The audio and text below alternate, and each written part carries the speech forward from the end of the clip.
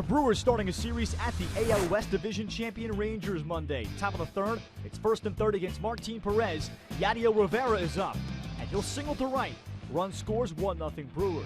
Two batters later, it's second and third, one down for Domingo Santana. He'll rip one to left center field. Two more in for the Brewers, and they grab the 3-0 lead. All the way we go, top of the fifth. It's a 3-2 Brewers lead with a man on second for Jonathan Villar.